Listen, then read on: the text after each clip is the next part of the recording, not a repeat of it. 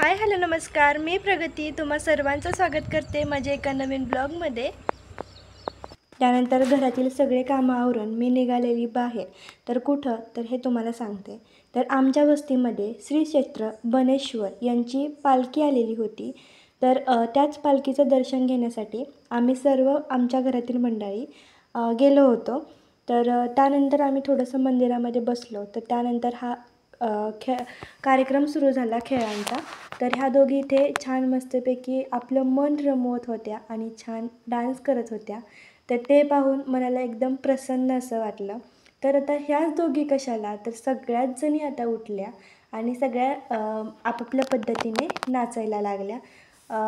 ज्या म्हाताऱ्या लोक असतात तर त्या लोकांना जास्त इंटरेस्ट असतो, पण आमच्या इथे असं नाही आहे। सगळेच लोक जास्त करून सहभाग घेतात आमच्या इथे, आमच्या वस्तीमध्ये तरी। त्यानंतर पालखी जायला निघाली तर मन एकदम भरून आलं होतं, कारण त्यावेळेसचं जे वातावरण आहे आमच्या वस्तीतलं तर खूप छान झालेलं होतं। त्यानंतर जाताना मग आता बाया नाचल्या, सगळ्या स्त्रिया नाचल्या।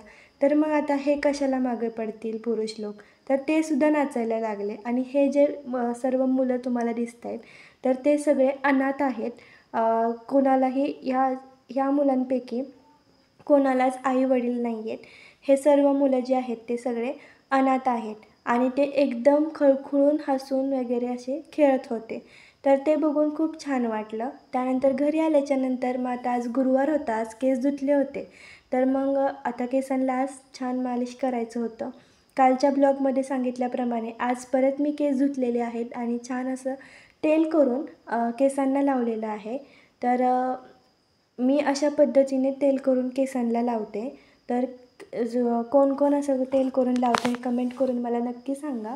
आणि खरंच ह्या तेलाचा खूप जास्त मला इफेक्ट आहे, त्याच्यामुळे मग मी तुमच्याबरोबर त्याची म्हणजे जे कसं बनवते ते तुमच्याबरोबर मी शेअर केलेलं आहे।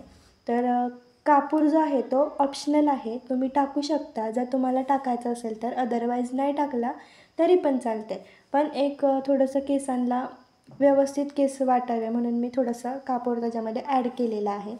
त्यानंतर आता घरातील सगळे कामं आवरून चहा पिऊन घेतला। आता हे सगळे जे भांडे आहेत ते घासायला आता ते माझ्याकडे होते, कारण जे बाकीचे होते ते सगळे आपापल्या कामाला गेले। तर आता मग माझं जे काम असतं ते भांडी घासायचंच असतं।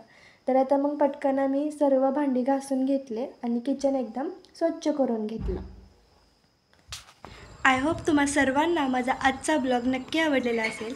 आवडला असेल तर लाईक करा, शेअर करा आणि जास्तीत जास्त सबस्क्राईब करा। बाय।